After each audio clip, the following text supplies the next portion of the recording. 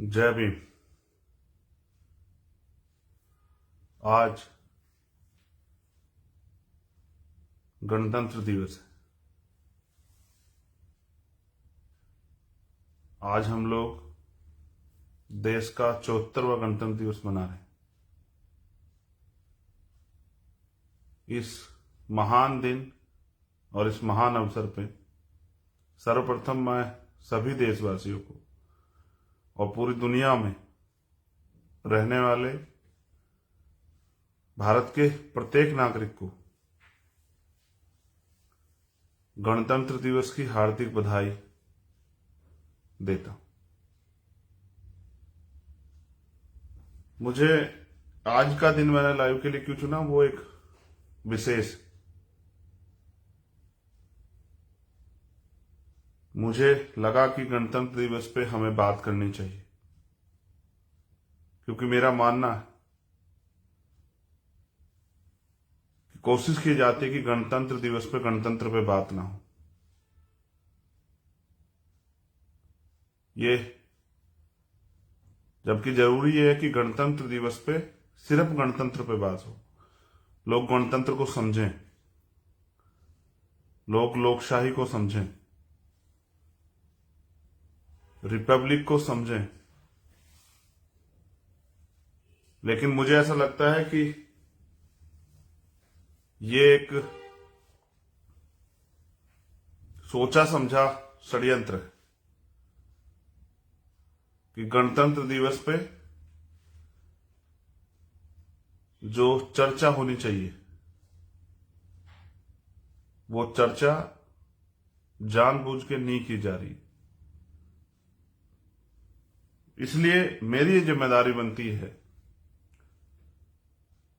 इस मूवमेंट का, बाबा साहब अम्बेडकर, काशीराम फूले साहू की मूवमेंट का एक सिपाही होने के नाते, एक वर्कर होने के नाते, कि मैं अपनी जिम्मेदारी को अदा करूं।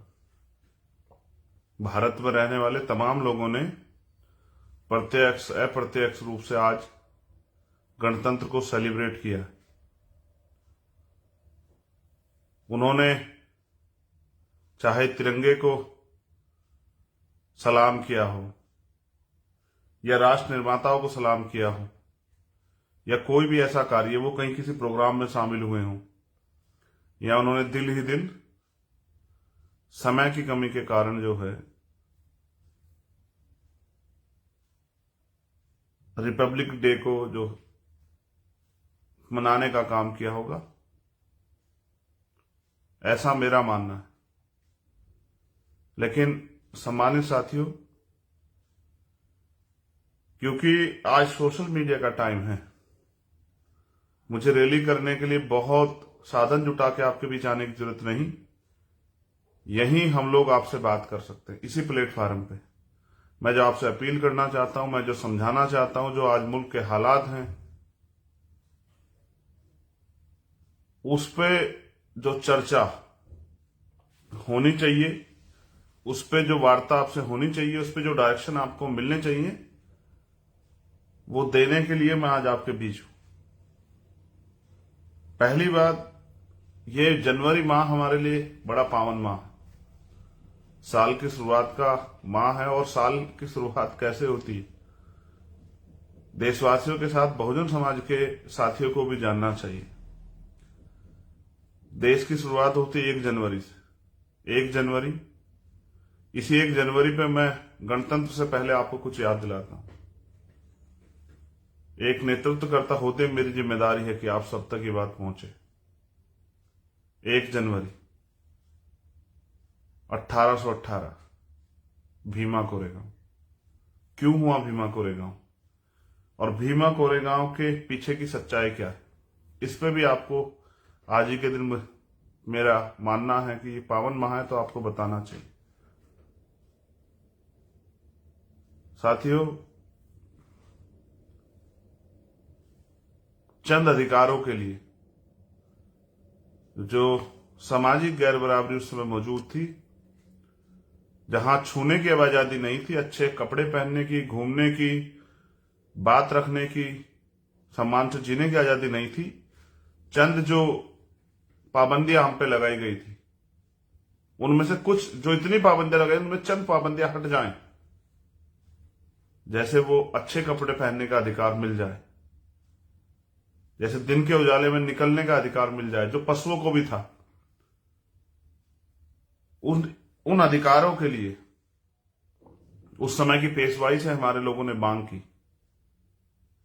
कि हम आपके खेमे की तरफ से लड़ना चाहते हैं, लेकिन उस समय के संविधान के अनुसार शस्त्र रखने का और चलाने का अधिकार जो है वो सिर्फ वर्ण व्यवस्था में आधारित क्षत्रिय समाज को था। इसके कारण हमारे लोगों को इतना बलशाली होने के बाद भी उनका मजाक उड़ाया गया, तो उन्होंने उस समय के तत्कालीन जो शासक थे उनसे बात की कि अगर आप हमें मौका दोगे और हमें अधिकार दोगे तो हम आपके साथ आपकी इस लड़ाई को हम लोग लड़ें। और उनसे ये समझौता हुआ कि ये जो पाबंदियां ये आप अगर हटा दोगे तो हम लड़ेंगे। इसलिए मैं भीमा कोरेगांव की बात कर रहा हूं। अब मैं आता हूं 26 जनवरी पे। जिन अधिकारों के लिए युद्ध हुआ, जाने गई, 28,000 पेशवाओं को मरकर कीमत चुकानी पड़ी, जबकि अधिकार नहीं देना मुनासिब समझा गया, उन सारे अधिकारों को बाबा साहब अम्बेडकर ने 26 जनवरी 1950 को जो संविधान लागू हुआ उसमें हमें दिया। एक शंका भी जाहिर की डॉक्टर अम्बेडकर ने संविधान के साथ, जो संविधान में अधिकार दिए गए उनको लेके, कि संविधान से अगर संविधान पूर्ण रूप से लागू होता है तो देश में खुशहाली आ जाएगी। उन्होंने कहा, इस शंका को जो मैं शंका आपसे बात कर रहा हूं, कि राजनीति में 1 वोट एंड 1 वैल्यू, 1 वोट और उसका 1 मूल्य, इससे राजनीति में तो बराबरी आ जाएगी। लेकिन जो देश में पहले से सामाजिक गैर बराबरी जातियों के आधार पे और जो आर्थिक गैर बराबरी है उस समय की राज व्यवस्था की अर्थव्यवस्था के हिसाब से, जब तक ये दूर नहीं होगी तब तक संविधान के रहते भी देश में समानता नहीं आएगी। उन्होंने अपील की उस समय के सभी लोगों से कि हमें जल्द से जल्द एक मजबूत राष्ट्र बनाने के लिए सामाजिक गैर बराबरी और आर्थिक गैर बराबरी को भारत से खत्म करना चाहिए। लेकिन जिन लोगों को रूल करने का मौका मिला, देश को चलाने का मौका मिला सरकारों के रूप में, उन लोगों ने इस बात को किसी प्रायोरिटी पे नहीं रखा। देश की जो सबसे बड़ी समस्या है, जो जाति के आधार पर लोगों को बांटा गया है, कभी किसी पार्टी ने अपने मैनिफेस्टो में बात नहीं रखी कि देश से जातियां खत्म होनी चाहिए। हाँ, कुछ लोगों को आपके अधिकार जरूर चुभते हैं, इसलिए वो बार बार आपके संवैधानिक अधिकारों को खत्म करने के लिए मांग करते रहते हैं। लेकिन उन ना समझो को कोई क्या समझाए कि जिस जाति के आधार पर देश बटा है, अगर वो जातियां समाप्त कर दी जाए तो कोई भी जाति का प्रिविलेज नहीं ले पाएगा, फिर आपकी जो पीड़ा है वो दूर हो जाएगी। तो मैं जो शंका जाहिर कर रहा था कि सामाजिक और आर्थिक गैर बराबरी, और उस बात को मान्यवर काशीराम साहब ने समझा। अगर आप पढ़ोगे, जानकारी हासिल करोगे, तो उनका एक सूत्रीय कार्यक्रम था कि हमें देश में व्यापक सामाजिक गैर बराबरी और आर्थिक गैर बराबरी को खत्म करना है। वो अपने आंदोलन को सामाजिक गैर बराबरी दूर करने का और आर्थिक मुक्ति का आंदोलन इस बात से जो है प्रदर्शित करते थे, अपने साथियों को कहते थे। कुछ सपने भी बाबा साहब अम्बेडकर ने देखे गणतंत्र को लेके। गणतंत्र आया किस लिए? देश में बहुत सारे लोगों को अधिकार थे, लेकिन इस देश के वंचित तबके को अधिकार नहीं थे। शूद्रों को, महिलाओं को, अछूतों को, आदिवासियों को, अल्पसंख्यकों को अधिकार नहीं थे। उनके लिए आया गणतंत्र। पहले भी राजा होते थे, राजशाही थी। जब तक देश एकजुट नहीं हुआ, भारत नहीं बना तब तक कबीले और बादशाही में बटा हुआ था। तो जरूरत किसकी थी? डेमोक्रेसी की जरूरत किसको थी? असल में डेमोक्रेसी की जरूरत इस देश के एक बड़े समाज को थी, जिसको लंबे समय तक अधिकार से वंचित रखा गया।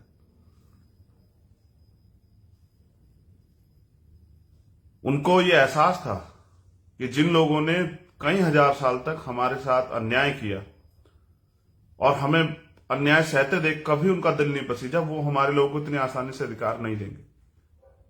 इसलिए संविधान का सपना और संविधान में अधिकार हमें मिले, और संविधान का सपना पूरा किया बाबा साहब ने। 2 साल 11 महीने 18 दिन जाग के, दिन रात एक करके ये पूरा संविधान लिखा गया। आज हम लोग इसकी अहमियत नहीं समझ रहे हैं। हम ये सोचते हैं कि हमें अधिकार बहुत आसानी से मिल गए, जबकि ये सच नहीं है। इन अधिकारों के लिए कीमत चुकानी पड़ी। जैसा मैंने कहा कि 1 जनवरी 1818 में कुछ अधिकारों के लिए इतनी बड़ी कीमत चुकानी पड़ी, लेकिन इस बार कीमत आपने नहीं चुकाई, मैंने नहीं चुकाई।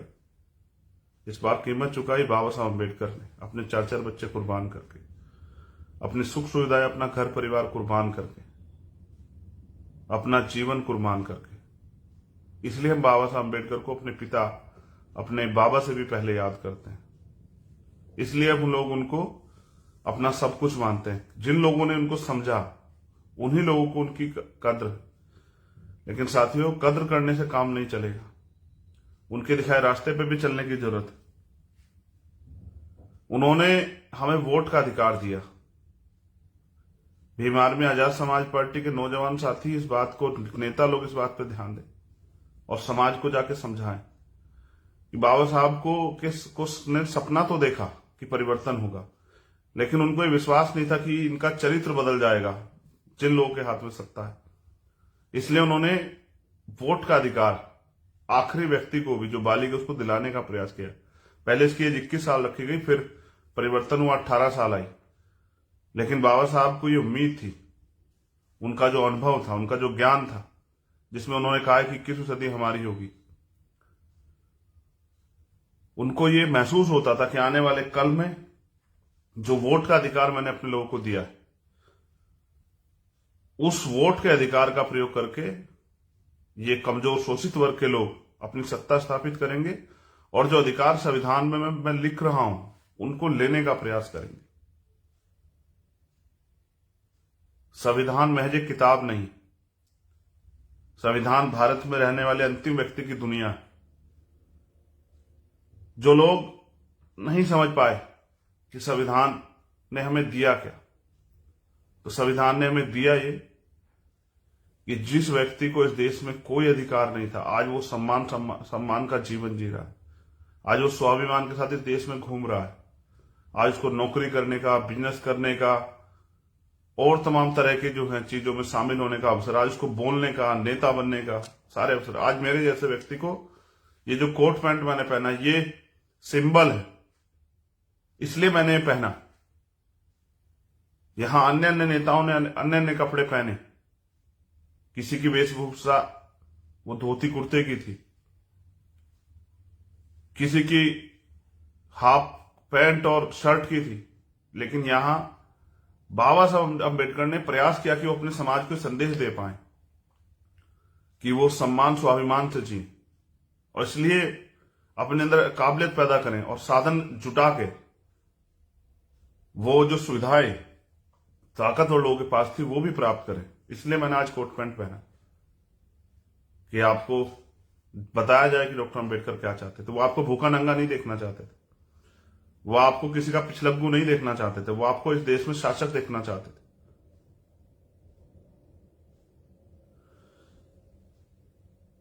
वो जीवन जो इंसानों को इस देश में प्राप्त हो, वो जीवन जो है बाबा साहब अम्बेडकर देखना चाहते थे आपके लिए। इसलिए इस संविधान ने हमें दिया पढ़ने का अधिकार, आगे बढ़ने का अधिकार, समानता का अधिकार, जो नहीं दिया गया था। कितनी भी कीमत चुकाने के बाद, कितना भी अपमान सहने के बाद, रोने के बाद, चिल्लाने के बाद, वो समानता का अधिकार, वोट की ताकत को, वोट से अपने लोगों की वोट को तैयार करके हुक्मरान बनने का अधिकार, इस देश में राजसत्ता में शामिल होकर अपने लोगों के लिए कानून बनाने का अधिकार, और आपके साथ अगर अन्याय हो तो आपको संरक्षण देने का अधिकार, आपकी तरफ आपको अगर वो आपका उत्पीड़न किया जाए आपकी रक्षा सुरक्षा करने का अधिकार, ये दिया संविधान ने। कितना जान पाए हम लोग संविधान को? हम इतना जान पाए गणतंत्र और संविधान दोनों। मैं जो बात कह रहा हूं आप इसको याद रखना, आपके दिल में आपको समझ आए कि हम इतना जान पाए गणतंत्र को कि जितने वोट से देश में सरकार बनती है उससे ज्यादा लोग वोट ही नहीं देते भारत में। हम इतनी वोट की वैल्यू को समझते हैं। आप चेक करा के देखो आज तक का आंकड़ा, जितने परसेंट लोग वोट देके जो हैं इसमें 21वीं सदी के भारत में सरकार बनाते हैं, 37% 38% वोट देते हैं। आप चेक करो, लगभग उतने ही लोग इस देश में वोट नहीं देते क्योंकि पोलिंग परसेंटेज 60%, 62%, 64%, 65% रहता है। जब 70-72% वोटिंग परसेंटेज होता है तो खलबली मच जाती, इतना वोट कैसे पड़ गया है। यानी कि देश की जितने लोग सरकार बनाते हैं उससे ज्यादा लोग तो सरकार बनाने में शामिल ही नहीं होना चाहते। इतनी जानकारी हमें देश में गणतंत्र की। गणतंत्र यानी कि जनता द्वारा जनता का शासन। लेकिन कहां शासन? आज भी मुट्ठी भर लोगों ने मनी माफिया मीडिया के जरिए इस देश के शोषित वर्ग के लोगों को यह एहसास कराया कि राजनीति बुरी चीज होती, इसमें नहीं आना है। जबकि डॉक्टर बाबा साहब अम्बेडकर कहते हैं पॉलिटिक्स द मास्टर की, कि राजनीतिक सत्ता वो चाबी है जो आपकी सारी परेशानियों का हल कर देगी।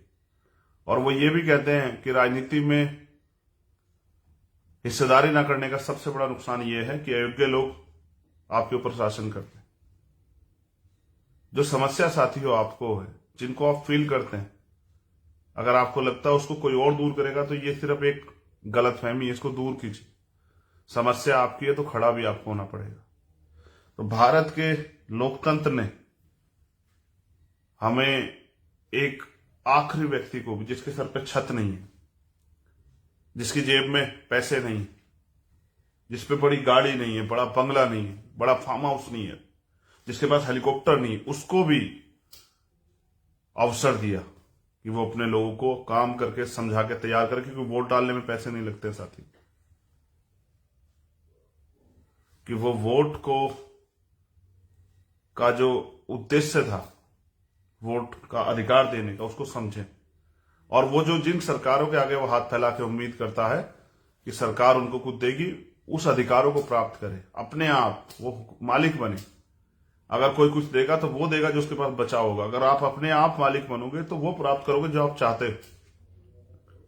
इसलिए वो हमें देने वाला बनाना चाहते कि हम लोग अपने अधिकारों का प्रयोग करके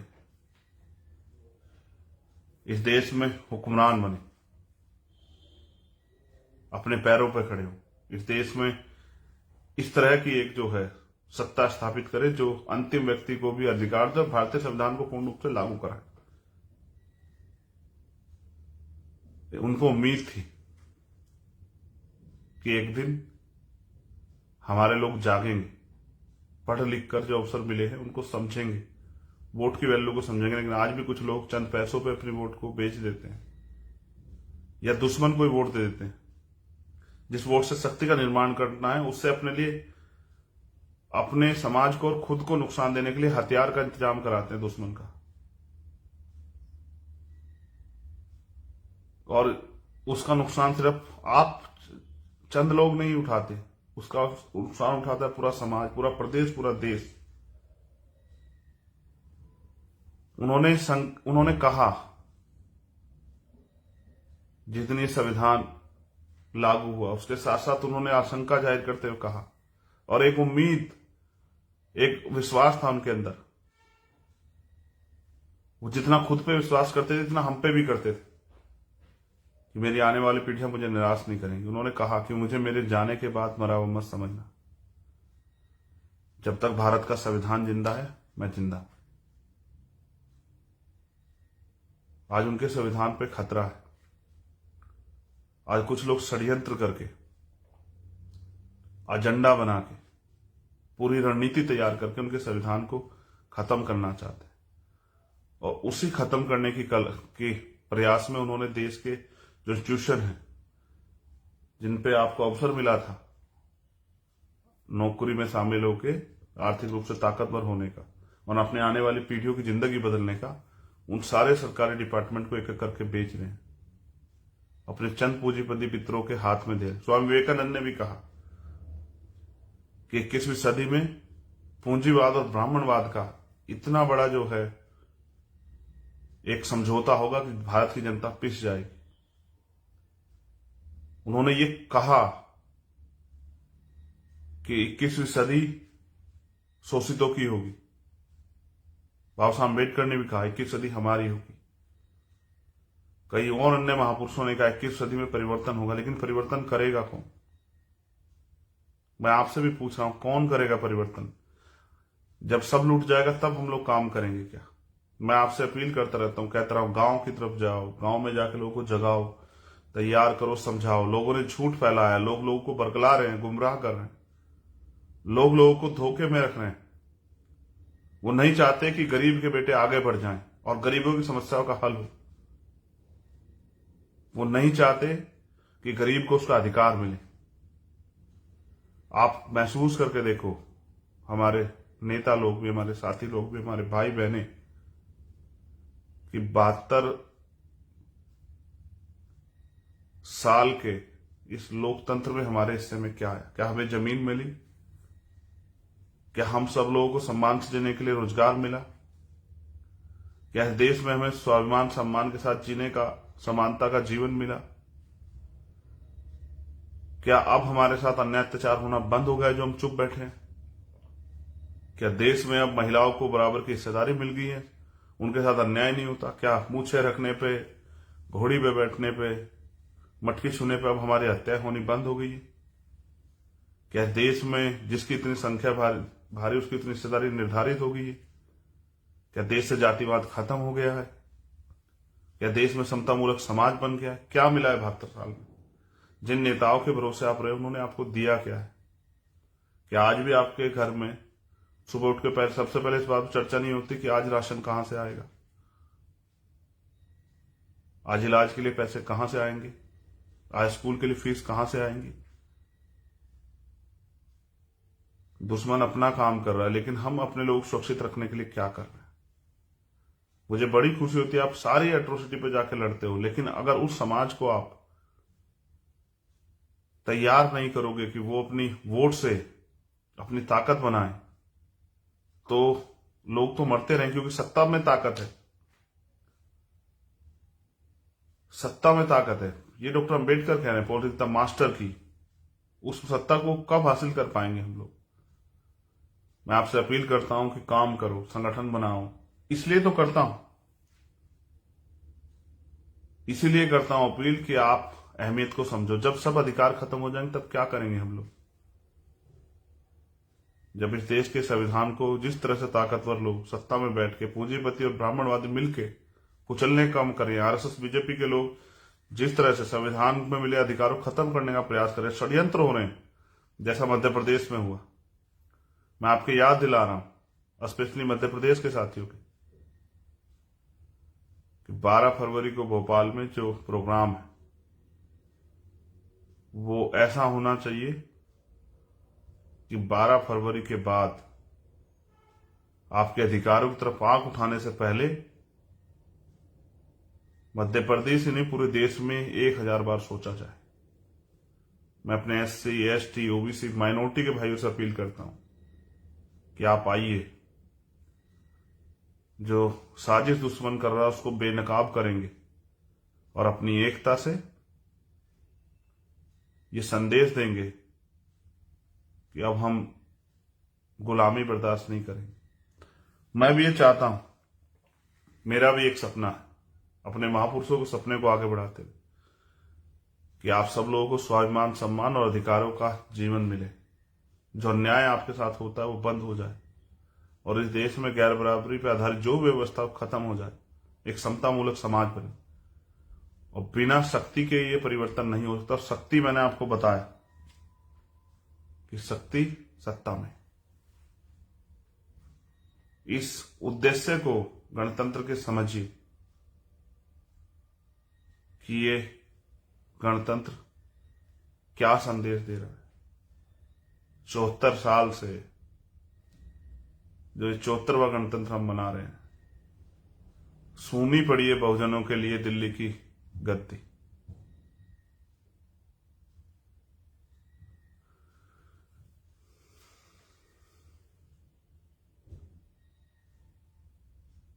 लेकिन हमारे लोग हिम्मत नहीं जुटा पा रहे, वो अपने आप को कमजोर समझ बैठे।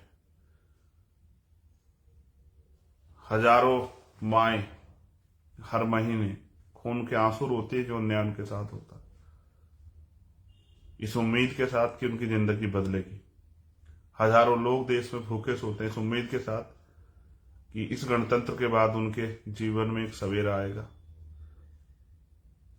हजारों लोग, लाखों लोग बिना छत के सोते हैं इस उम्मीद के साथ कि इस गणतंत्र के बाद एक नया सवेरा आएगा। लाखों लोग अच्छे कपड़ों के लिए तरस रहे हैं इस देश में। सच तो यह है कि लाखों लोग आज भी साफ पानी पीने के लिए तरस रहे हैं। इसलिए मैं आपसे बार बार कहता हूं कि समय किसी का इंतजार नहीं करेगा। आपको आगे बढ़ के अपने सुख सुविधा को छोड़ के अपने महापुरुषों का अध्ययन करते हुए पढ़िए ना फूले को, साहू को, पेरियार को, महामना रामसु वर्मा को, बाबू जगदेव प्रसाद कुशवाहा को, महाराज सिंह भारती को, कुंभाराम आर्य को, सर छोटू राम को। पढ़िए ना मान्यवर काशीराम साहब, पढ़िए ना बिरसा मुंडा को, और जानिए ना उनके दर्द को कि उन्होंने किस दर्द के लिए अपना सब कुछ कुर्बान कर दिया, किसके लिए वो उन्होंने जीना और सुख सुविधाएं लेना छोड़ दिया। क्या दर्द था जो उनको महसूस हुआ। समझदार के लिए इशारा काफी होता और ना समझ के लिए कुछ भी नहीं। साहब कहते थे कि सिर्फ सांसों का रखना मौत नहीं होती, जिसका जमीर मर जाता वो भी मर जाता। वो कहते थे कि सोए हुए को तो जगाया जा सकता है, लेकिन अगर कोई जानबूझ के आंख बंद करके लेट जाए तो उसको नहीं जगाया जा सकता। जो जागे हुए लोग हैं उनको ज्यादा मेहनत करनी, उनके लिए जो नहीं जागे अभी। मैं इस सपने को रोज जीता हूं। जो विरोधी बहुजन समाज में ही हैं लेकिन विरोध करते हैं राजनीतिक कारणों से, मैं उनसे भी कह रहा हूं कि इतने दिन के लोकतंत्र में अगर आज भी हमें समान अवसर और स्वाभिमान, सम्मान और समानता का जीवन नहीं मिला, इसका जिम्मेदार कौन है? मैं बस ये चाहता हूं जो हमारे महापुरुष चाहते थे कि स्वाभिमान, सम्मान व अधिकारों का जीवन जो है अंतिम व्यक्ति को मिले, और इसी के लिए हम लोग संघर्ष कर रहे हैं। आप जिन राजनीतिक कारण मेरा विरोध करते हैं, एक दिन मैं वादा करता हूं आपको एहसास होगा और फिर आप बहुत पछताएंगे। मैं एक तरफ इस पूरी ब्राह्मणवाद की सरकार से लड़ रहा हूं, पूरे संघ से लड़ रहा हूं, इनके इंस्टीट्यूशन से लड़ रहा हूं, इनकी कोर्ट से लड़ रहा हूं, इनकी कचहरियों से लड़ रहा हूं, इनकी मीडिया से लड़ रहा हूं, और एक तरफ थोड़े से राजनीतिक लाभ में आप इस आंदोलन के खिलाफ झूठी बातें करते रहते हैं। अगर आपको कोई शंका भी है तो कुछ दिन इंतजार कीजिए ना। मैंने आज तक अपने जीवन में कोई ऐसा काम नहीं किया जिससे कि विरोधियों को फायदा हो। हमेशा प्रयास किया कि मुझसे कोई गलती ना हो।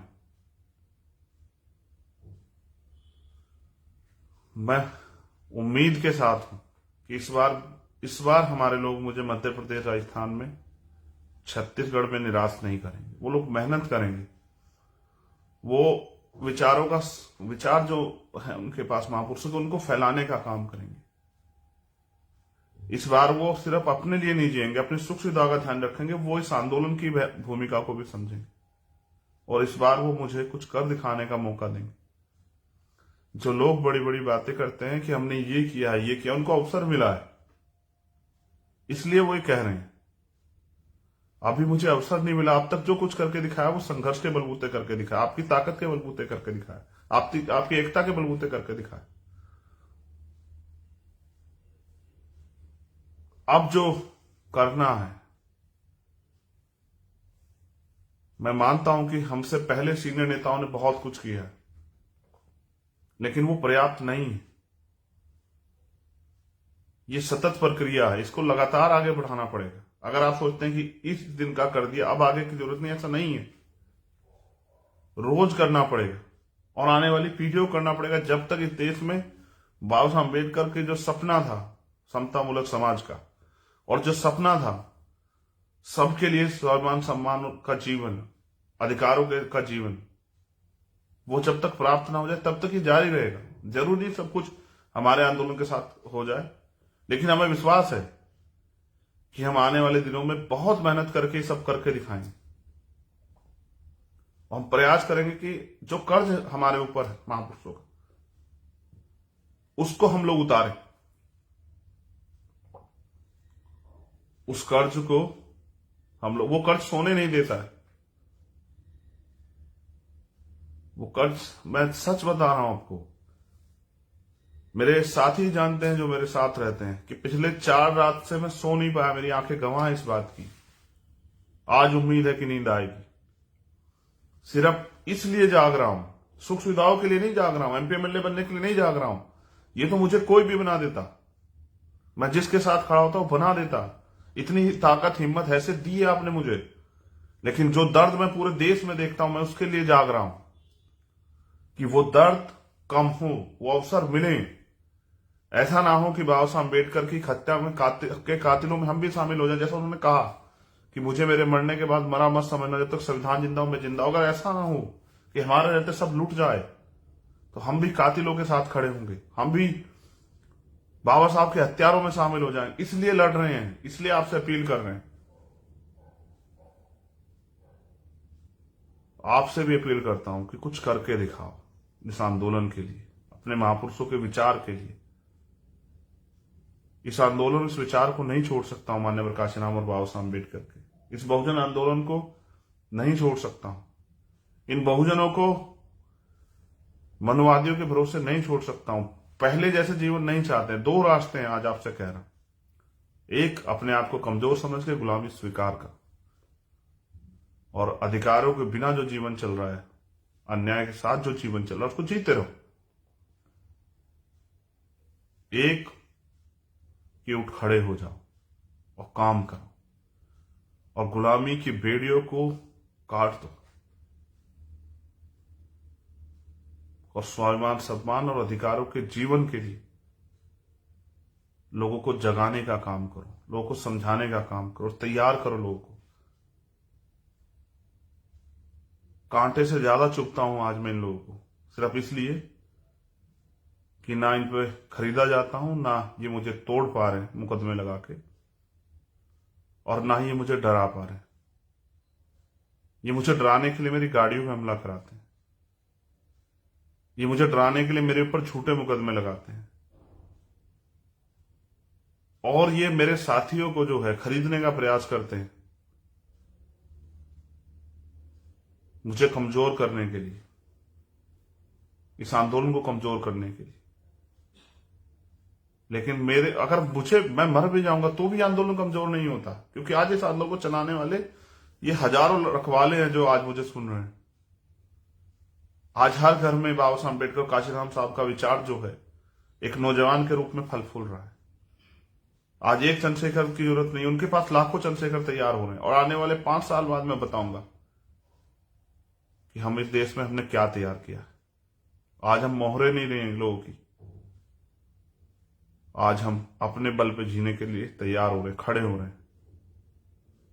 मैं कल बिजनौर रहूंगा, कल मैं राजस्थान था, उससे 2 दिन पहले मैं महाराष्ट्र था, उससे 2 दिन पहले मैं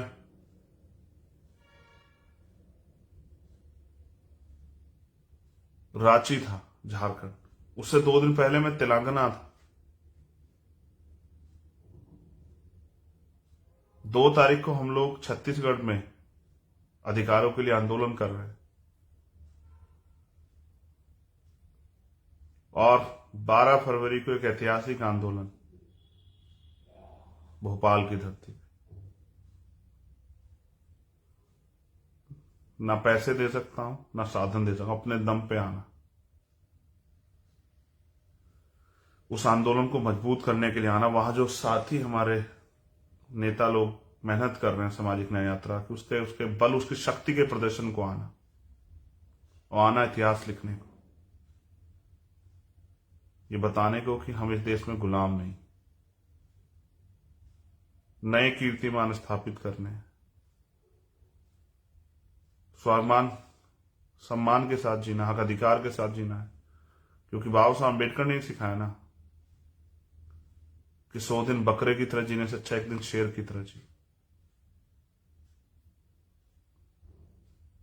उन्होंने ही कहा ना, अन्याय करने वाले से अन्याय सहने वाला ज्यादा दोषी होता है। और उन्होंने ये भी कहा कि जिस समाज का युवा जीते जी समाज के स्वाभिमान सम्मान हक अधिकारों की लड़ाई नहीं लड़ता, वो जीते जी भी मरे हुए के समान होता है।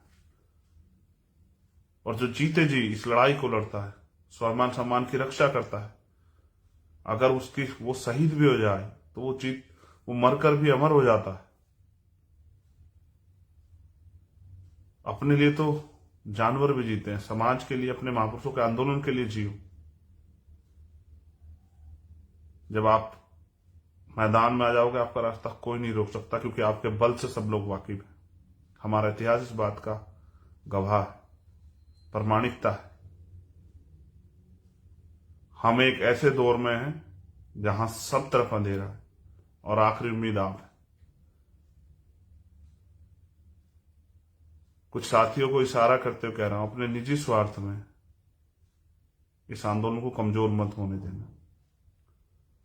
जैसे बाबा साहब अम्बेडकर ने कहा कि बड़ी मुश्किल से तमाम तरह के आरोप, तमाम तरह के अन्याय, तमाम तरह की मुसीबतें, तमाम तरह की चीजों का सामना करते हुए मैं इस आंदोलन को, तमाम तरह कुर्बानियां देते, अपने 4-4 बच्चों को कुर्बानियां देते, मैं इस आंदोलन को यहां तक लेके आ पाया।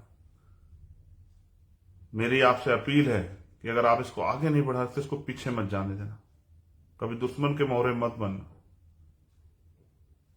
हमने ये आंदोलन लहू से सींचा, हमारे महापुरुषों ने आंदोलन लहू सींचा, इसलिए हम लोग इसे लहू से सींच रहे, अपने महापुरुष सीख लेके। ये आंदोलन इन नसों में बहता है, ये आंदोलन सांसों के साथ चलता है और ये सांसों के साथ ही जाएगा। जब इस सांस खत्म होगी तभी आंदोलन अब जाएगा इस शरीर से। लेकिन आने वाली पीढ़ियों में इतना जो है सैलाब भर के जाएगा कि हमारे लोग अन्याय अत्याचार नहीं सहेंगे।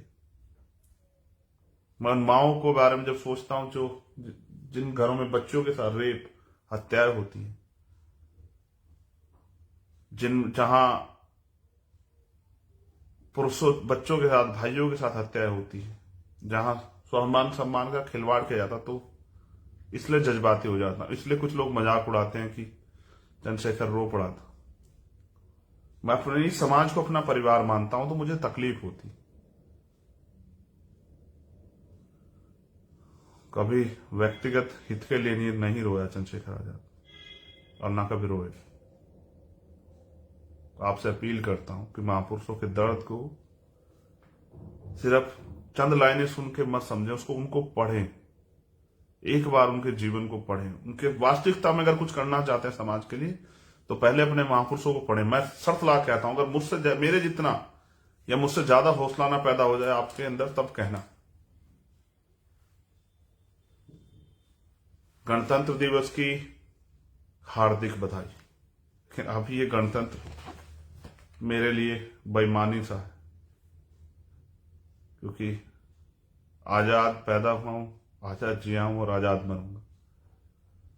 तो बहुजनों की आजादी के लिए ये आंदोलन आगे बढ़ना चाहिए, क्योंकि जिन्होंने हजारों साल से आपको इंसान नहीं माना, आपको अधिकार नहीं दिए, वो अब आने वाले समय में आपको अधिकार नहीं देने वाले। वो आपकी बात भी इसलिए करते हैं, आपका वोट का अधिकार, वो आपके पैर भी धोते हैं, आपको गले भी लगाते हैं, आपको अपना भी करते हैं, आपके महापुरुषों को फूल भी चढ़ाते हैं, सिर्फ इसलिए कि आपके वोट को लूट सके।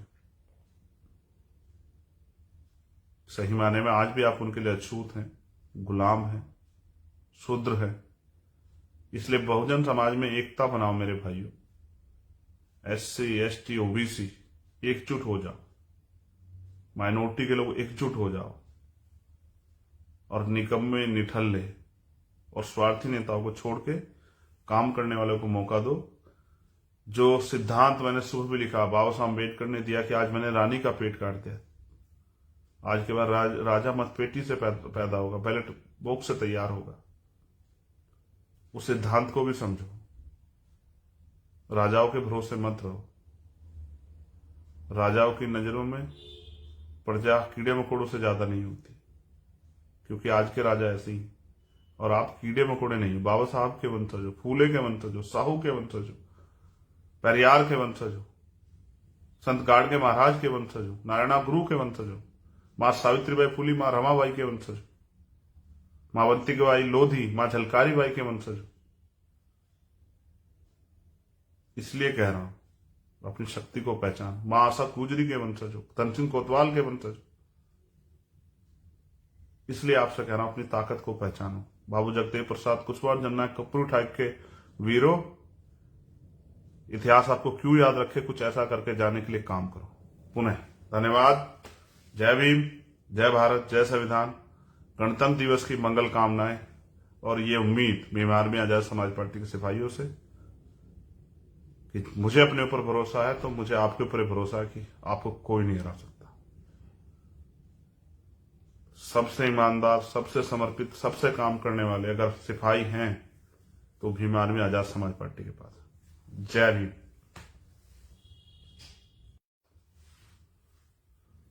जय भीम। आज गणतंत्र दिवस है। आज हम लोग देश का 74वां गणतंत्र दिवस मना रहे हैं। इस महान दिन और इस महान अवसर पे सर्वप्रथम मैं सभी देशवासियों को और पूरी दुनिया में रहने वाले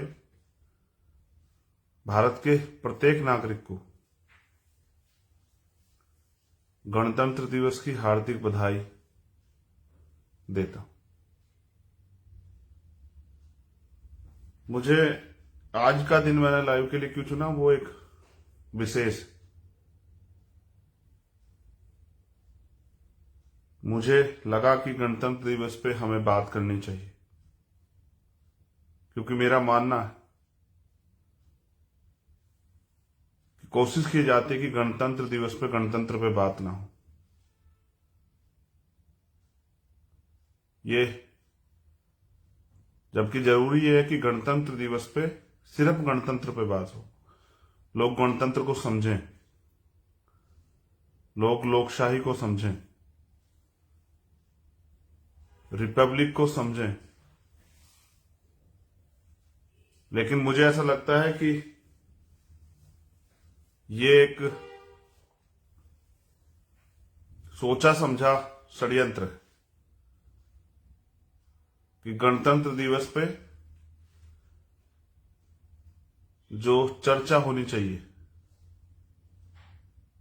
वो चर्चा जानबूझ के नहीं की जा रही।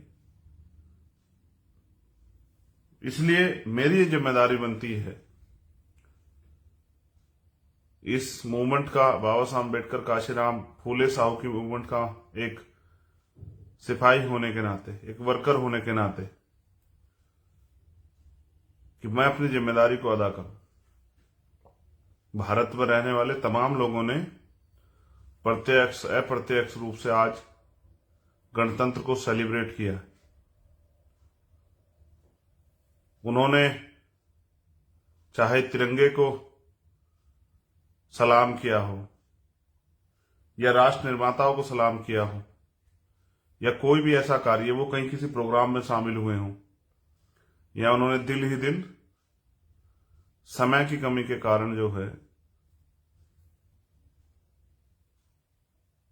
रिपब्लिक डे को जो मनाने का काम किया होगा, ऐसा मेरा मानना है। लेकिन सम्मानित साथियों, क्योंकि आज सोशल मीडिया का टाइम है, मुझे रैली करने के लिए बहुत साधन जुटा के आपके बीच आने की जरूरत नहीं। यहीं हम लोग आपसे बात कर सकते हैं, इसी प्लेटफॉर्म पे। मैं जो आपसे अपील करना चाहता हूं, मैं जो समझाना चाहता हूं, जो आज मुल्क के हालात हैं,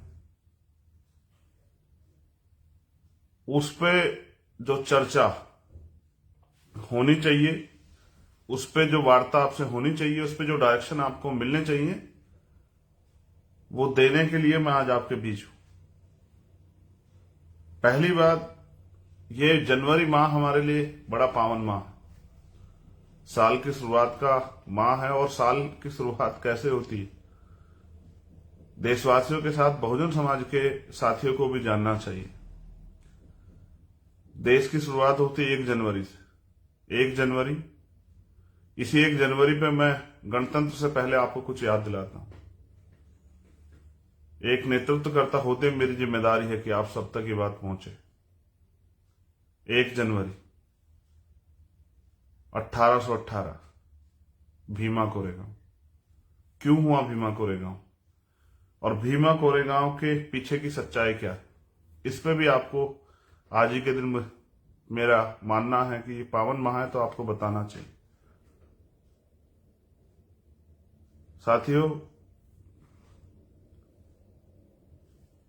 चंद अधिकारों के लिए जो सामाजिक गैर बराबरी उस समय मौजूद थी, जहां छूने की आजादी नहीं थी, अच्छे कपड़े पहनने की, घूमने की, बात रखने की, सम्मान से जीने की आजादी नहीं थी, चंद जो पाबंदियां हम पे लगाई गई थी, उनमें से कुछ जो इतनी पाबंदियां लगाई, उनमें चंद पाबंदियां हट जाएं। जैसे वो अच्छे कपड़े पहनने का अधिकार मिल जाए, जैसे दिन के उजाले में निकलने का अधिकार मिल जाए, जो पशुओं को भी था।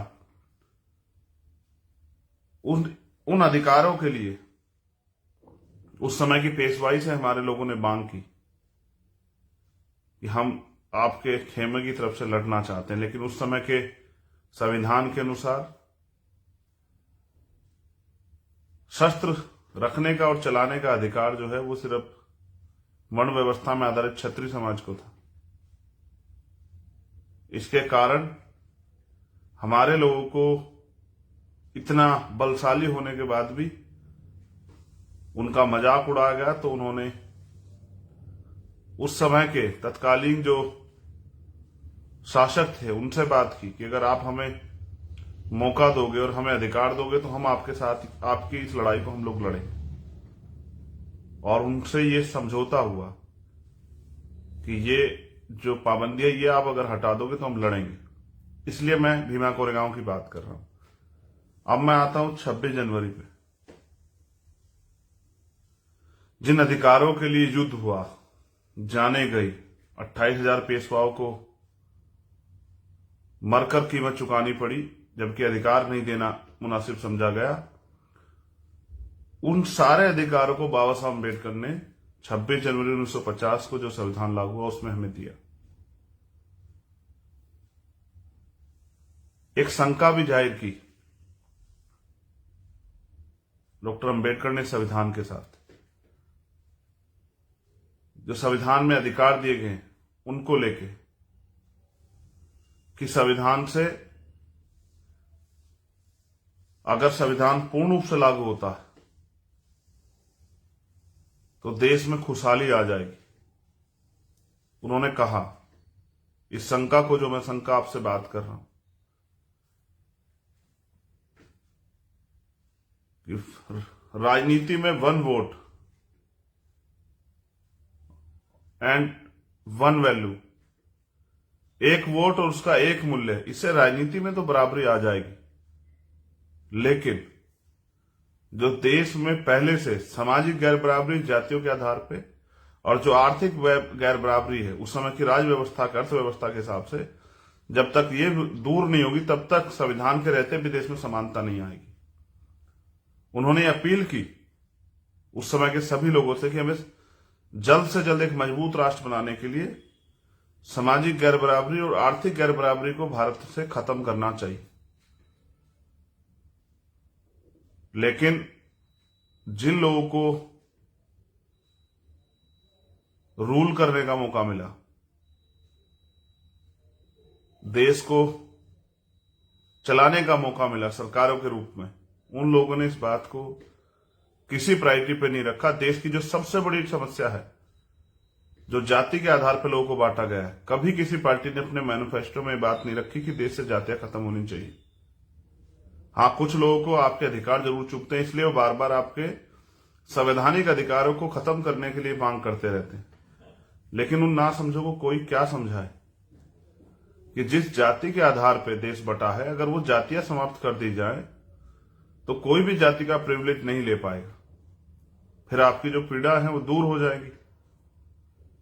तो मैं जो शंका जाहिर कर रहा था कि सामाजिक और आर्थिक गैर बराबरी, और उस बात को माननीय काशीराम साहब ने समझा। अगर आप पढ़ोगे, जानकारी हासिल करोगे, तो उनका एक सूत्रीय कार्यक्रम था कि हमें देश में व्यापक सामाजिक गैर बराबरी और आर्थिक गैर बराबरी को खत्म करना है। वो अपने आंदोलन को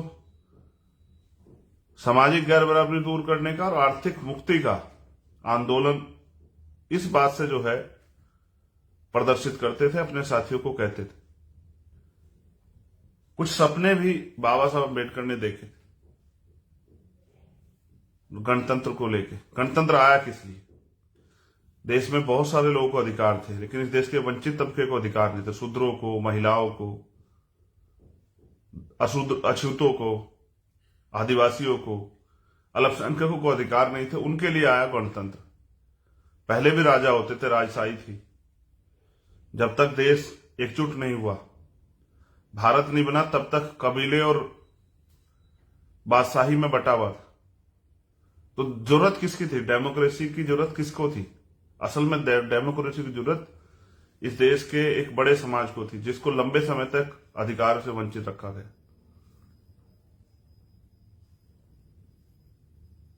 उनको यह एहसास था कि जिन लोगों ने कई हजार साल तक हमारे साथ अन्याय किया और हमें अन्याय सहते देख कभी उनका दिल नहीं पसीजा, वो हमारे लोगों को इतनी आसानी से अधिकार नहीं देंगे। इसलिए संविधान का सपना और संविधान में अधिकार हमें मिले, और संविधान का सपना पूरा किया बाबा साहब ने। 2 साल 11 महीने 18 दिन जाग के, दिन रात एक करके ये पूरा संविधान लिखा गया। आज हम लोग इसकी अहमियत नहीं समझ रहे हैं। हम ये सोचते हैं कि हमें अधिकार बहुत आसानी से मिल गए, जबकि ये सच नहीं है। इन अधिकारों के लिए कीमत चुकानी पड़ी। जैसा मैंने कहा कि 1 जनवरी 1818 में कुछ अधिकारों के लिए इतनी बड़ी कीमत चुकानी पड़ी, लेकिन इस बार कीमत आपने नहीं चुकाई, मैंने नहीं चुकाई। इस बार कीमत चुकाई बाबा साहब अम्बेडकर ने, अपने 4-4 बच्चे कुर्बान करके, अपनी सुख सुविधाएं, अपना घर परिवार कुर्बान करके, अपना जीवन कुर्बान करके। इसलिए हम बाबा साहब अम्बेडकर को अपने पिता, अपने बाबा से भी पहले याद करते हैं। इसलिए अब हम लोग उनको अपना सब कुछ मानते हैं। जिन लोगों ने उनको समझा, उन्हीं लोगों को उनकी कद्र। लेकिन साथियों, कद्र करने से काम नहीं चलेगा, उनके दिखाए रास्ते पे भी चलने की जरूरत है। उन्होंने हमें वोट का अधिकार दिया। भीम आर्मी आजाद समाज पार्टी के नौजवान साथी इस बात को, नेता लोग इस बात पर ध्यान दें और समाज को जाके समझाएं कि बाबा साहब को ने सपना तो देखा कि परिवर्तन होगा, लेकिन उनको ये विश्वास नहीं था कि इनका चरित्र बदल जाएगा जिन लोगों के हाथ में सत्ता है। इसलिए उन्होंने वोट का अधिकार आखिरी व्यक्ति को भी, जो बालिग है, उसको दिलाने का प्रयास किया। पहले इसकी एज 21 साल रखी गई, फिर परिवर्तन हुआ, 18 साल आई। लेकिन बाबा साहब को ये उम्मीद थी, उनका जो अनुभव था, उनका जो ज्ञान था, जिसमें उन्होंने कहा कि 21वीं सदी हमारी होगी, उनको ये महसूस होता था कि आने वाले कल में जो वोट का अधिकार मैंने अपने लोगों को दिया है,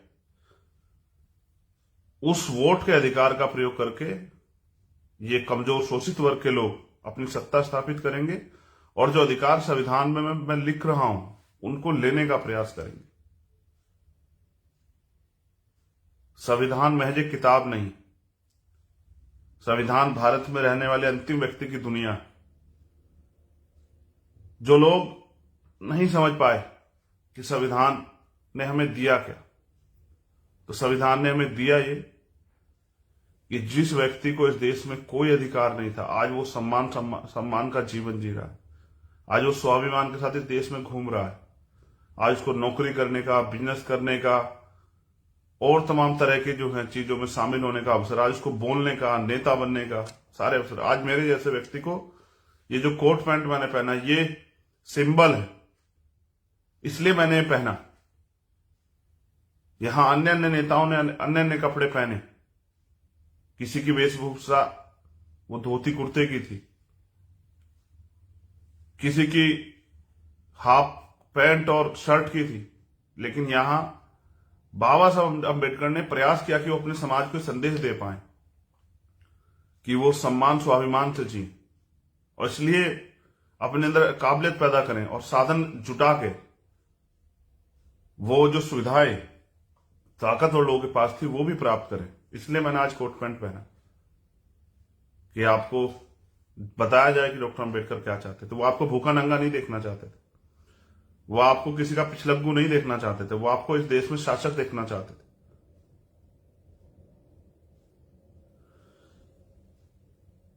वो जीवन जो इंसानों को इस देश में प्राप्त हो, वो जीवन जो है बाबा साहब अम्बेडकर देखना चाहते थे आपके लिए। इसलिए इस संविधान ने हमें दिया पढ़ने का अधिकार, आगे बढ़ने का अधिकार, समानता का अधिकार, जो नहीं दिया गया था। कितनी भी कीमत चुकाने के बाद, कितना भी अपमान सहने के बाद, रोने के बाद, चिल्लाने के बाद, वो समानता का अधिकार, वोट की ताकत को, वोट से अपने लोगों की वोट को तैयार करके हुक्मरान बनने का अधिकार, इस देश में राजसत्ता में शामिल होकर अपने लोगों के लिए कानून बनाने का अधिकार, और आपके साथ अगर अन्याय हो तो आपको संरक्षण देने का अधिकार, आपकी तरफ आपको अगर आपका उत्पीड़न किया जाए आपकी रक्षा सुरक्षा करने का अधिकार, ये दिया संविधान ने। कितना जान पाए हम लोग संविधान को? हम इतना जान पाए गणतंत्र और संविधान दोनों। मैं जो बात कह रहा हूं आप इसको याद रखना, आपके दिल में आपको समझ आए कि हम इतना जान पाए गणतंत्र को कि जितने वोट से देश में सरकार बनती है उससे ज्यादा लोग वोट ही नहीं देते भारत में। हम इतनी वोट की वैल्यू को समझते हैं। आप चेक करा के देखो आज तक का आंकड़ा, जितने % लोग वोट देके जो हैं इसमें 21वीं सदी के भारत में सरकार बनाते हैं, 37% 38% वोट देते हैं। आप चेक करो, लगभग उतने ही लोग इस देश में वोट नहीं देते, क्योंकि पोलिंग परसेंटेज 60%, 62%, 64%, 65% रहता है। जब 70-72% वोटिंग परसेंटेज होता है तो खलबली मच जाती, इतना वोट कैसे पड़ गया। यानी कि इस देश की जितने लोग सरकार बनाते हैं उससे ज्यादा लोग तो सरकार बनाने में शामिल ही नहीं होना चाहते। इतनी जानकारी हमें देश में गणतंत्र की। गणतंत्र यानी कि जनता द्वारा जनता का शासन। लेकिन कहां शासन? आज भी मुट्ठी भर लोगों ने मनी माफिया मीडिया के जरिए इस देश के शोषित वर्ग के लोगों को यह एहसास कराया कि राजनीति बुरी चीज होती, इसमें नहीं आना है। जबकि डॉक्टर बाबा साहब अम्बेडकर कहते हैं पॉलिटिक्स द मास्टर की, कि राजनीतिक सत्ता वो चाबी है जो आपकी सारी परेशानियों का हल कर देगी। और वो ये भी कहते हैं कि राजनीति में हिस्सेदारी न करने का सबसे बड़ा नुकसान ये है कि अयोग्य लोग आपके ऊपर शासन करते हैं। जो समस्या साथी हो आपको है, जिनको आप फील करते हैं, अगर आपको लगता है उसको कोई और दूर करेगा तो ये सिर्फ एक गलतफहमी है, इसको दूर कीजिए। समस्या आपकी है तो खड़ा भी आपको होना पड़ेगा। तो भारत के लोकतंत्र ने हमें एक आखिरी व्यक्ति को भी, जिसके सर पे छत नहीं है, जिसकी जेब में पैसे नहीं है, जिसपे बड़ी गाड़ी नहीं है, बड़ा बंगला नहीं है, बड़ा फार्म हाउस नहीं है, जिसके पास हेलीकॉप्टर नहीं है, उसको भी अवसर दिया कि वो अपने लोगों को काम करके समझा के तैयार करे, क्योंकि वोट डालने में पैसे नहीं लगते साथी, कि वो वोट को का जो उद्देश्य था वोट का अधिकार देने का, उसको समझें। और वो जो जिन सरकारों के आगे वो हाथ फैला के उम्मीद करता है कि सरकार उनको कुछ देगी, उस अधिकारों को प्राप्त करे, अपने आप वो मालिक बने। अगर कोई कुछ देगा तो वो देगा जो उसके पास बचा होगा। अगर आप अपने आप मालिक बनोगे तो वो प्राप्त करोगे जो आप चाहते हो। इसलिए वो हमें देने वाला बनाना चाहते कि हम लोग अपने अधिकारों का प्रयोग करके इस देश में हुक्मरान बने, अपने पैरों पर खड़े हो, इस देश में इस तरह की एक जो है सत्ता स्थापित करे जो अंतिम व्यक्ति को भी अधिकार दे, भारतीय संविधान को पूर्ण रूप से लागू कराए। उनको उम्मीद थी कि एक दिन हमारे लोग जागेंगे, पढ़ लिख कर जो अवसर मिले हैं उनको समझेंगे, वोट की वैल्यू को समझेंगे। लेकिन आज भी कुछ लोग चंद पैसों पे अपनी वोट को बेच देते हैं या दुश्मन को ही वोट दे देते हैं। जिस वोट से शक्ति का निर्माण करना है उससे अपने लिए, अपने समाज को और खुद को नुकसान देने के लिए हथियार का इंतजाम कराते हैं दुश्मन का। और उसका नुकसान सिर्फ आप चंद लोग नहीं उठाते, उसका नुकसान उठाता है पूरा समाज, पूरा प्रदेश, पूरा देश। उन्होंने कहा जिस दिन ये संविधान लागू हुआ उसके साथ साथ उन्होंने आशंका जाहिर करते हुए कहा, और एक उम्मीद, एक विश्वास था उनके अंदर। वो जितना खुद पे विश्वास करते थे इतना हम पे भी करते थे कि मेरी आने वाली पीढ़ियां मुझे निराश नहीं करेंगी। उन्होंने कहा कि मुझे मेरे जाने के बाद मरा हुआ मत समझना, जब तक भारत का संविधान जिंदा है मैं जिंदा। आज उनके संविधान पे खतरा है। आज कुछ लोग षड्यंत्र करके, एजेंडा बना के, पूरी रणनीति तैयार करके उनके संविधान को खत्म करना चाहते हैं। और उसी खत्म करने की प्रयास में उन्होंने देश के जो इंस्टीट्यूशन है, जिन पे आपको अवसर मिला था नौकरी में शामिल होकर आर्थिक रूप से ताकतवर होने का और अपने आने वाली पीढ़ियों की जिंदगी बदलने का, उन सारे सरकारी डिपार्टमेंट को एक एक करके बेच रहे हैं, अपने चंद पूंजीपति मित्रों के हाथ में दे रहे। स्वामी विवेकानंद ने भी कहा कि 21वीं सदी में पूंजीवाद और ब्राह्मणवाद का इतना बड़ा जो है एक समझौता होगा कि भारत की जनता पिस जाएगी। उन्होंने ये कहा कि 21वीं सदी शोषितों की होगी। बाबा साहब अम्बेडकर ने भी कहा 21वीं सदी हमारी होगी। कई और अन्य महापुरुषों ने कहा 21वीं सदी में परिवर्तन होगा, लेकिन परिवर्तन करेगा कौन? मैं आपसे भी पूछ रहा हूं, कौन करेगा परिवर्तन? जब सब लूट जाएगा तब हम लोग काम करेंगे क्या? मैं आपसे अपील करता रहता हूं, कहता रहा हूं, गांव की तरफ जाओ, गांव में जाकर लोगों को जगाओ, तैयार करो, समझाओ। लोगों ने झूठ फैलाया, लोग लोगों को बरगला रहे हैं, गुमराह कर रहे हैं, लोग लोगों को धोखे में रख रहे हैं। वो नहीं चाहते कि गरीब के बेटे आगे बढ़ जाएं और गरीबों की समस्याओं का हल हो। वो नहीं चाहते कि गरीब को उसका अधिकार मिले। आप महसूस करके देखो, हमारे नेता लोग भी, हमारे साथी लोग भी, हमारे भाई बहने, कि 72 साल के इस लोकतंत्र में हमारे हिस्से में क्या है? क्या हमें जमीन मिली? क्या हम सब लोगों को सम्मान से जीने के लिए रोजगार मिला? क्या इस देश में हमें स्वाभिमान सम्मान के साथ जीने का, समानता का जीवन मिला? क्या अब हमारे साथ अन्याय अत्याचार होना बंद हो गया जो हम चुप बैठे हैं? क्या देश में अब महिलाओं को बराबर की हिस्सेदारी मिल गई है, उनके साथ अन्याय नहीं होता? क्या मूछे रखने पे, घोड़ी पे बैठने पे, मटकी छूने पे अब हमारी हत्या होनी बंद हो गई है? क्या देश में जिसकी इतनी संख्या भारी उसकी इतनी हिस्सेदारी निर्धारित हो गई है? क्या देश से जातिवाद खत्म हो गया है? क्या देश में समतामूलक समाज बन गया है? क्या मिला है 72 साल में? जिन नेताओं के भरोसे आप रहे, उन्होंने आपको दिया क्या है? क्या आज भी आपके घर में सुबह उठ के सबसे पहले इस बात पर चर्चा नहीं होती कि आज राशन कहां से आएगा, आज इलाज के लिए पैसे कहां से आएंगे, आज स्कूल के लिए फीस कहां से आएंगी? दुश्मन अपना काम कर रहा है, लेकिन हम अपने लोग सुरक्षित रखने के लिए क्या कर रहे हैं? मुझे बड़ी खुशी होती है आप सारी एट्रोसिटी पे जाके लड़ते हो, लेकिन अगर उस समाज को आप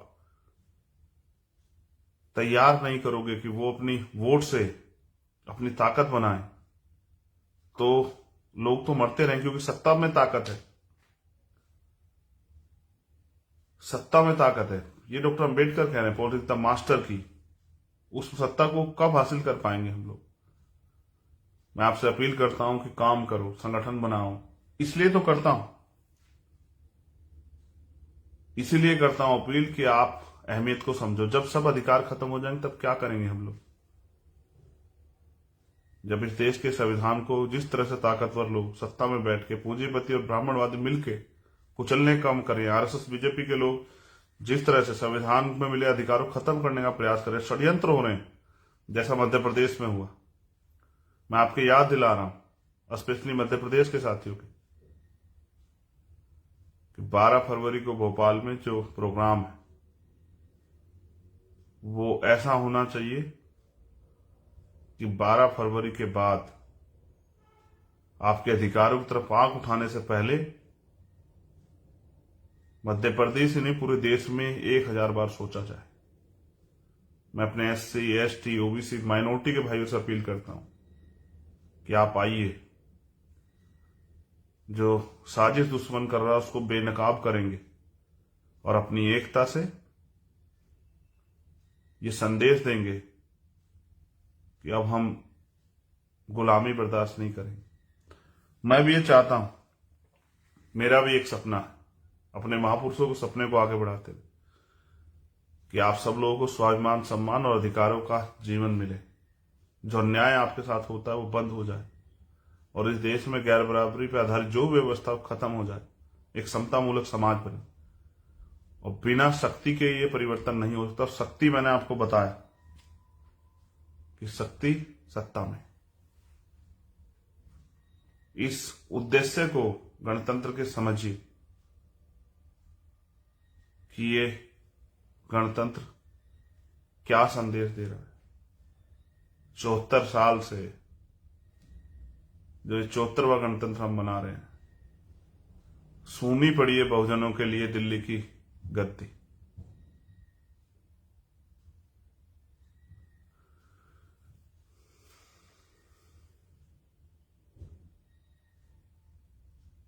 लेकिन हमारे लोग हिम्मत नहीं जुटा पा रहे, वो अपने आप को कमजोर समझ बैठे। हजारों माएं हर महीने खून के आंसू रोती है जो अन्याय उनके साथ होता है, इस उम्मीद के साथ कि उनकी जिंदगी बदलेगी। हजारों लोग देश में भूखे सोते हैं इस उम्मीद के साथ कि इस गणतंत्र के बाद उनके जीवन में एक सवेरा आएगा। हजारों लोग, लाखों लोग बिना छत के सोते हैं इस उम्मीद के साथ कि इस गणतंत्र के बाद एक नया सवेरा आएगा। लाखों लोग अच्छे कपड़ों के लिए तरस रहे हैं इस देश में। सच तो यह है कि लाखों लोग आज भी साफ पानी पीने के लिए तरस रहे हैं। इसलिए मैं आपसे बार बार कहता हूं कि समय किसी का इंतजार नहीं करेगा। आपको आगे बढ़ के अपने सुख सुविधा को छोड़ के अपने महापुरुषों का अध्ययन करते हुए पढ़िए ना फूले को, साहू को, पेरियार को, महामना रामसु वर्मा को, बाबू जगदेव प्रसाद कुशवाहा को, महाराज सिंह भारती को, कुंभाराम आर्य को, सर छोटू राम को। पढ़िए ना मान्यवर काशीराम साहब, पढ़िए ना बिरसा मुंडा को, और जानिए ना उनके दर्द को कि उन्होंने किस दर्द के लिए अपना सब कुछ कुर्बान कर दिया, किसके लिए वो उन्होंने जीना और सुख सुविधाएं लेना छोड़ दिया। क्या दर्द था जो उनको महसूस हुआ। समझदार के लिए इशारा काफी होता और ना समझ के लिए कुछ भी नहीं। साहब कहते थे कि सिर्फ सांसों का रखना मौत नहीं होती, जिसका जमीन मर जाता वो भी मर जाता। वो कहते थे कि सोए हुए को तो जगाया जा सकता है, लेकिन अगर कोई जानबूझ के आंख बंद करके लेट जाए तो उसको नहीं जगाया जा सकता। जो जागे हुए लोग हैं उनको ज्यादा मेहनत करनी, उनके लिए जो नहीं जागे अभी। मैं इस सपने को रोज जीता हूं। जो विरोधी बहुजन समाज में ही हैं लेकिन विरोध करते हैं राजनीतिक कारणों से। मैं उनसे भी कह रहा हूं कि इतने दिन के लोकतंत्र में अगर आज भी हमें समान अवसर और स्वाभिमान, सम्मान और समानता का जीवन नहीं मिला, इसका जिम्मेदार कौन है? मैं बस ये चाहता हूं जो हमारे महापुरुष चाहते थे कि स्वाभिमान, सम्मान व अधिकारों का जीवन जो है अंतिम व्यक्ति को मिले, और इसी के लिए हम लोग संघर्ष कर रहे हैं। आप जिन राजनीतिक कारण मेरा विरोध करते हैं, एक दिन मैं वादा करता हूं आपको एहसास होगा और फिर आप बहुत पछताएंगे। मैं एक तरफ इस पूरी ब्राह्मणवाद की सरकार से लड़ रहा हूं, पूरे संघ से लड़ रहा हूं, इनके इंस्टीट्यूशन से लड़ रहा हूं, इनकी कोर्ट से लड़ रहा हूं, इनकी कचहरियों से लड़ रहा हूं, इनकी मीडिया से लड़ रहा हूं, और एक तरफ थोड़े से राजनीतिक लाभ में आप इस आंदोलन के खिलाफ झूठी बातें करते रहते हैं। अगर आपको कुछ शंका भी है तो कुछ दिन इंतजार कीजिए ना। मैंने आज तक अपने जीवन में कोई ऐसा काम नहीं किया जिससे कि विरोधियों को फायदा हो। हमेशा प्रयास किया कि मुझसे कोई गलती ना हो। मैं उम्मीद के साथ हूं कि इस बार हमारे लोग मुझे मध्य प्रदेश, राजस्थान में, छत्तीसगढ़ में निराश नहीं करेंगे। वो लोग मेहनत करेंगे, वो विचार जो है उनके पास महापुरुषों के, उनको फैलाने का काम करेंगे। इस बार वो सिर्फ अपने लिए नहीं जिएंगे, अपनी सुख सुविधा का ध्यान रखेंगे, वो इस आंदोलन की भूमिका को भी समझेंगे और इस बार वो मुझे कुछ कर दिखाने का मौका देंगे। जो लोग बड़ी बड़ी बातें करते हैं कि हमने ये किया, उनको अवसर मिला है इसलिए वो ये कह रहे हैं। अभी मुझे अवसर नहीं मिला। अब तक जो कुछ करके दिखाया वो संघर्ष के बलबूते करके दिखाया, आपकी ताकत के बलबूते करके दिखाया, आपकी एकता के बलबूते करके दिखाया। अब जो करना है, मैं मानता हूं कि हमसे पहले सीनियर नेताओं ने बहुत कुछ किया है लेकिन वो पर्याप्त नहीं है। ये सतत प्रक्रिया है, इसको लगातार आगे बढ़ाना पड़ेगा। अगर आप सोचते हैं कि इस दिन का कर दिया अब आगे की जरूरत नहीं, ऐसा नहीं है।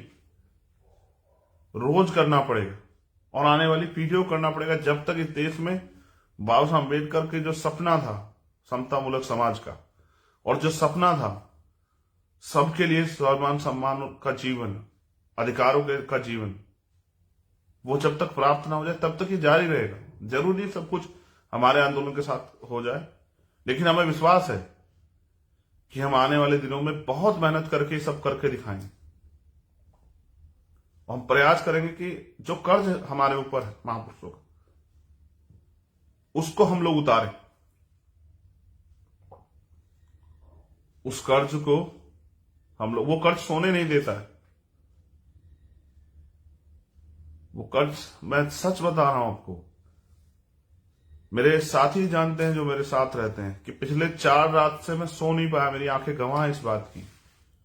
आज उम्मीद है कि नींद आएगी। सिर्फ इसलिए जाग रहा हूं, सुख सुविधाओं के लिए नहीं जाग रहा हूं, एमपी एमएलए बनने के लिए नहीं जाग रहा हूं। ये तो मुझे कोई भी बना देता, मैं जिसके साथ खड़ा होता हूं बना देता।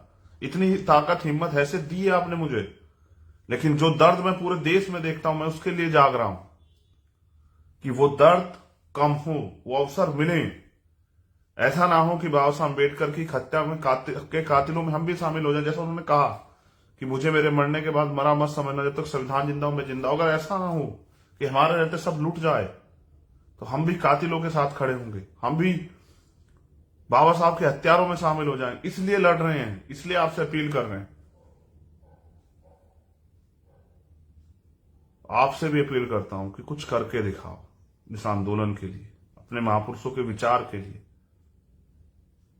इस आंदोलन, इस विचार को नहीं छोड़ सकता हूं माननीय प्रकाश राम और बाबा साहब अम्बेडकर के। इस बहुजन आंदोलन को नहीं छोड़ सकता हूं।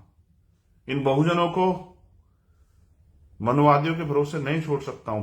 पहले जैसे जीवन नहीं चाहते। 2 रास्ते हैं आज आपसे कह रहा हूं। एक, अपने आप को कमजोर समझ के गुलामी स्वीकार कर, और अधिकारों के बिना जो जीवन चल रहा है, अन्याय के साथ जो जीवन चल रहा है, उसको जीते रहो।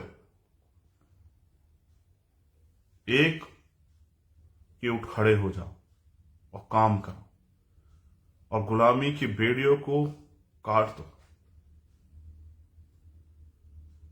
और स्वाभिमान, सम्मान और अधिकारों के जीवन के लिए लोगों को जगाने का काम करो, लोगों को समझाने का काम करो, तैयार करो लोगों को। कांटे से ज्यादा चुभता हूं आज मैं इन लोगों को, सिर्फ इसलिए कि ना इन पे खरीदा जाता हूं, ना ये मुझे तोड़ पा रहे हैं मुकदमे लगा के, और ना ही ये मुझे डरा पा रहे हैं। ये मुझे डराने के लिए मेरी गाड़ियों में हमला कराते हैं, ये मुझे डराने के लिए मेरे ऊपर झूठे मुकदमे लगाते हैं, और ये मेरे साथियों को जो है खरीदने का प्रयास करते हैं मुझे कमजोर करने के लिए, इस आंदोलन को कमजोर करने के लिए। लेकिन मेरे, अगर मुझे, मैं मर भी जाऊंगा तो भी आंदोलन कमजोर नहीं होता, क्योंकि आज इस आंदोलन को चलाने वाले ये हजारों रखवाले हैं जो आज मुझे सुन रहे हैं। आज हर घर में बाबा साहब अम्बेडकर, काशीराम साहब का विचार जो है एक नौजवान के रूप में फल फूल रहा है।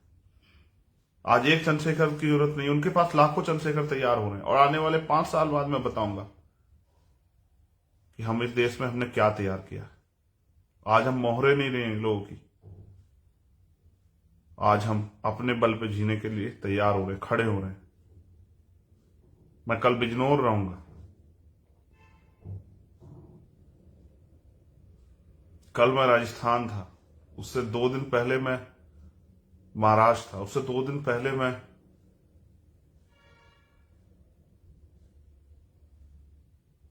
रांची था झारखंड, उससे 2 दिन पहले मैं तेलंगाना था। 2 तारीख को हम लोग छत्तीसगढ़ में अधिकारों के लिए आंदोलन कर रहे हैं, और 12 फरवरी को एक ऐतिहासिक आंदोलन भोपाल की धरती पे। ना पैसे दे सकता हूं, ना साधन दे सकता हूं, अपने दम पे आना। उस आंदोलन को मजबूत करने के लिए आना, वहां जो साथी हमारे नेता लोग मेहनत कर रहे हैं सामाजिक न्याय यात्रा की, उसके बल, उसकी शक्ति के प्रदर्शन को आना, और आना इतिहास लिखने को, ये बताने को कि हम इस देश में गुलाम नहीं, नए कीर्तिमान स्थापित करने, स्वाभिमान सम्मान के साथ जीना, हक अधिकार के साथ जीना है। क्योंकि बाबा साहब अम्बेडकर ने सिखाया ना कि 100 दिन बकरे की तरह जीने से अच्छा एक दिन शेर की तरह जी। उन्होंने ही कहा ना, अन्याय करने वाले से अन्याय सहने वाला ज्यादा दोषी होता है। और उन्होंने ये भी कहा कि जिस समाज का युवा जीते जी समाज के स्वाभिमान, सम्मान, हक अधिकारों की लड़ाई नहीं लड़ता, वो जीते जी भी मरे हुए के समान होता है। और जो जीते जी इस लड़ाई को लड़ता है, स्वाभिमान सम्मान की रक्षा करता है, अगर उसकी वो शहीद भी हो जाए तो वो मरकर भी अमर हो जाता है। अपने लिए तो जानवर भी जीते हैं, समाज के लिए, अपने महापुरुषों के आंदोलन के लिए जियो। जब आप मैदान में आ जाओगे, आपका रास्ता कोई नहीं रोक सकता, क्योंकि आपके बल से सब लोग वाकिफ हैं। हमारा इतिहास इस बात का गवाह है, प्रमाणिकता है। हम एक ऐसे दौर में हैं जहां सब तरफ अंधेरा है और आखिरी उम्मीद आप है। कुछ साथियों को इशारा करते हुए कह रहा हूं, अपने निजी स्वार्थ में इस आंदोलन को कमजोर मत होने देना।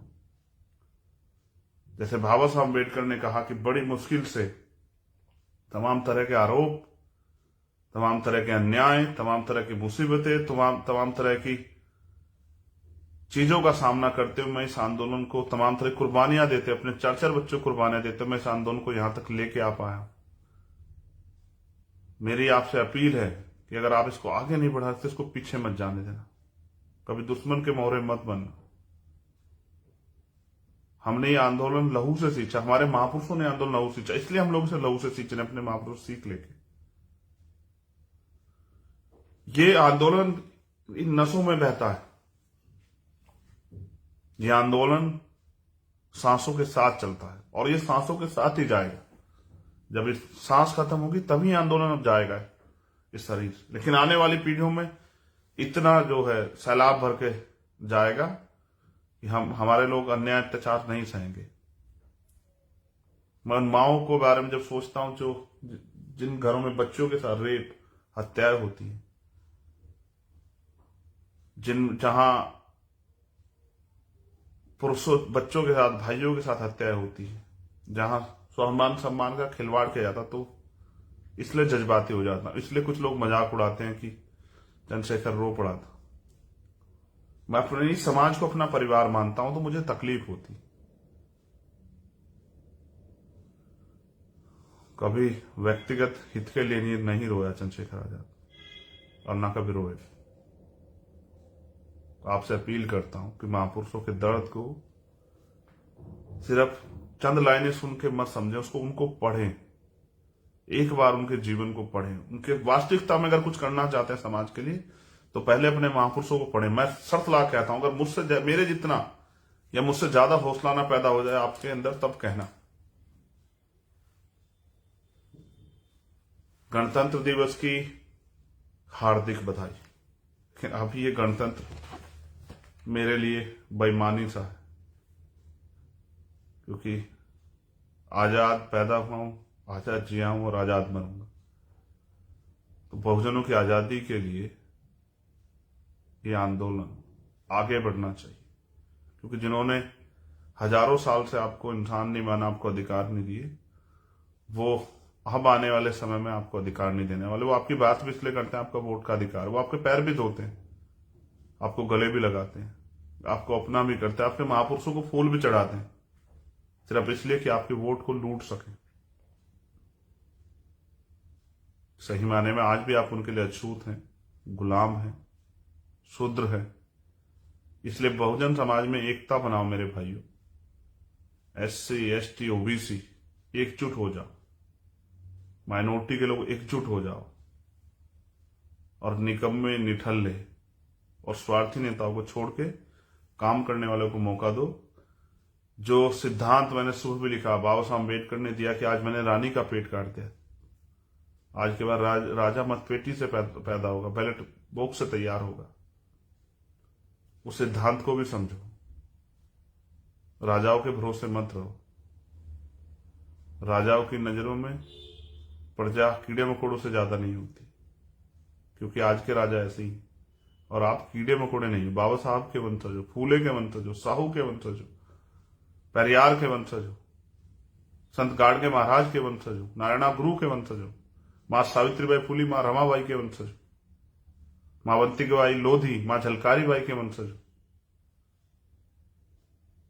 इसलिए कह रहा हूं, अपनी शक्ति को पहचान। मां आशा गुजरी के वंशज हो, धन सिंह कोतवाल के वंशज हो।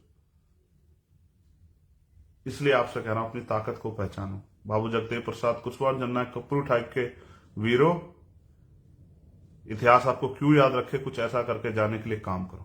पुनः धन्यवाद। जय भीम, जय भारत, जय संविधान। गणतंत्र दिवस की मंगल कामनाएं और ये उम्मीद भीम आर्मी आजाद समाज पार्टी के सिपाहियों से कि मुझे अपने ऊपर भरोसा है, तो मुझे आपके ऊपर भरोसा है कि आपको कोई नहीं हरा सकता। सबसे ईमानदार, सबसे समर्पित, सबसे काम करने वाले अगर सिपाही हैं तो भीम आर्मी आजाद समाज पार्टी के पास। जय भीम।